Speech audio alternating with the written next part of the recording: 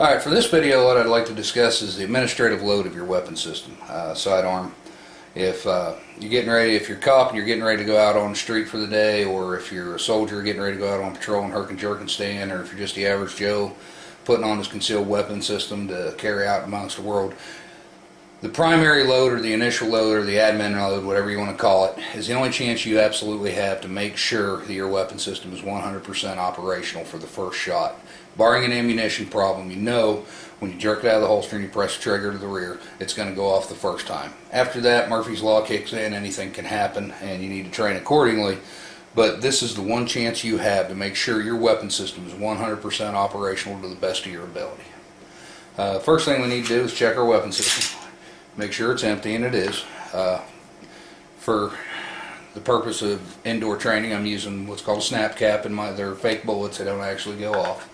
When you're training indoors, I suggest you use snap caps or fake bullets, or just run dry. Don't use live ammo. You don't want to accidental discharge, kill your wife or your kids or your dog or neighbor kids or whatever. People get upset when you do that kind of stuff, so be careful, be safe. Keep your weapon pointed in a safe direction. The whole thing. If you're not smart enough to operate a weapon system and not shoot yourself, you probably shouldn't be carrying one in the first place. Personal opinion. Yell at me all you want about it. But that all aside, when it's time to load your weapon system, there's two ways to do it. Some people like to lock the slide to the rear, then feed it a magazine. Other people like to leave the slide forward, feed it a magazine, then power stroke it. I prefer to lock the slide to the rear so I can visually inspect my chamber. I can see if there's an excessive amount of dirt if I haven't cleaned my gun since Christ was corporal. Look for any other problems that might be there. I kind of inspect it, make sure that all the parts that I normally see there are there, none of them are broke or chipped. It gives me a chance to actually cycle the gun, make sure I don't have any broken springs inside. Just a quick, hey, yeah, it looks like it's working. Now, so when we start over, you're going to load this thing just like you're getting ready to speed feed it a magazine at a gunfight.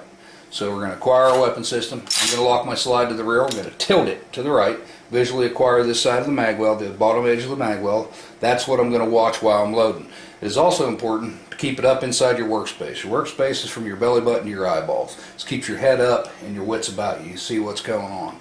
Got a 360-degree battlefield times two. You got 360 degrees around you, and you have the 360 degrees up and above and below and all that. You need to watch everything as you're trying to do this kind of stuff. From here, we're going to acquire our magazine. We're going to race to get up here. We're going to slow down right as you get to feed the magazine. You're going to slow down right here.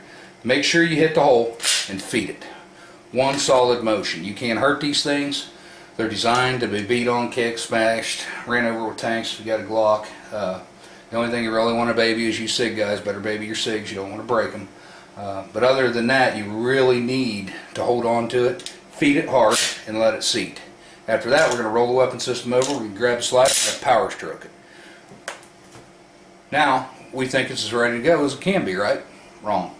You need to check and visually make sure that you have put a bullet in the chamber. Now, I know you can't see this.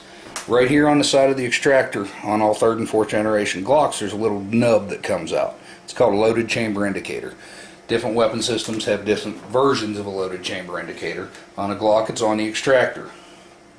You can feel that, and I can feel that it's up, so okay, I know there's a bullet in the chamber. It's not good enough for me. What I'm going to do is what's called a press check.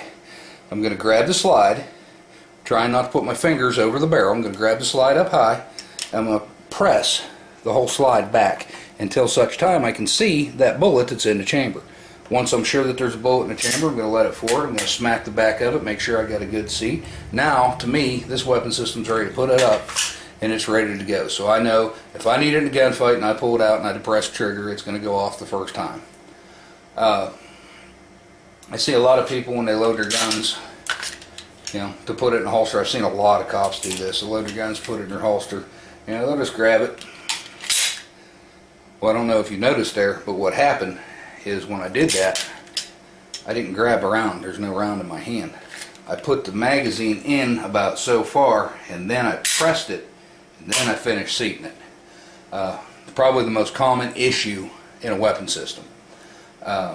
Therefore, when I pull the trigger, nothing's going to happen. Now I have to cycle it to get around in the chamber to where I can actually start shooting the weapon system.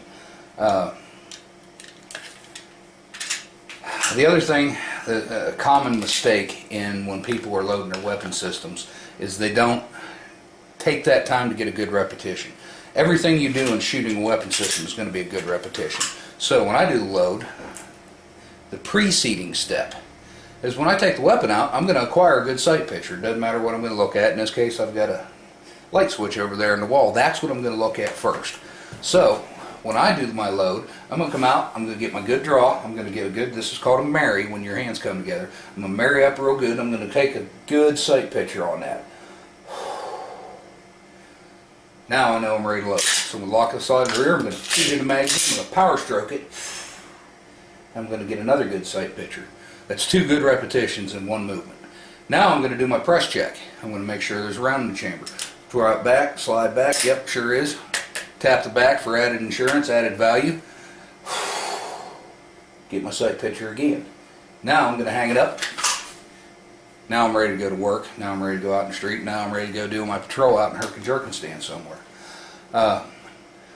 The last thing I want to mention, another thing I see a lot of people do, a lot of guys on the range, and a lot of guys, a lot of cops I see do the same thing. And Glock 17 holds 17 rounds in the magazine. For some people that's just not enough. They need 18 rounds. So what I catch them doing is they're going to take and they're going to drop around the chamber, drop the slide on it, then they're going to put a full magazine in. Well, you do press check, they still got a round in the chamber. Magazine seated, is that just as good? No, it's not. Let me tell you why. The Glock is designed as such that the weapon system needs to use this part of the magazine, or I'm sorry, this part of the slide right here. Take this apart for you real quick. This little piece of metal right here is called a stripper. Not your stripper down on the local corner. This is a stripper that strips the bullets off the magazine. What it will do is it will push that round, and I'm hoping you can see it. If you look right here, you see this hole where my finger just keeps taking the weight away. That is designed for that bullet, and I don't know if I can do it, to slide up underneath the extractor. Let's see if I can get my hands in there. As it loads, it pushes that bullet up into that position. Now, you say, why do I care about that? I don't care why it works, I just need to know that it works. And that's a reasonably good explanation. You see here as I put the barrel up in, that's kind of how that works inside as the weapon cycles. Well, why does that matter to you? Well, let me tell you why. This piece of metal in here is case hardened steel, coated with a product called Tefner, which is, it makes it very non-rusting, very durable product. But what happens if you just drop that round into that chamber and then drop the slide on top of it, you're forcing that lip to come out, and I don't have anything, use this magazine. What happens is you're forcing that extractor to jump around and grab hold. So every time it does that, that bullet hits it and hits it and hits it, and I can't count the number of guns I've armored that will have an indent or a circle on that extractor where it's done that 1,500,000 times, and it's wearing down your extractor. What it's also going to do is one day you're going to pull the trigger, that first round's going to go off, and then it's not going to eject around. Now you've created yourself a feed malfunction in a gunfight. That's a bad thing. We don't want malfunctions in gunfights. We want our weapon system to work good. If you want a perfect weapon system, buy a Glock. I'm not going to tell you Glocks don't jam, they don't malfunction. Usually they're very dirty, or they're very weak-handed shooters, limp wristing the gun, letting it stovepipe, whatever can happen. The important part is you get it as ready to go as you can. You don't want to drop that round in the chamber and drop the slide on it. You're going to create yourself a problem. There's no point in creating a problem. So, like I said, how I load a gun to go to work.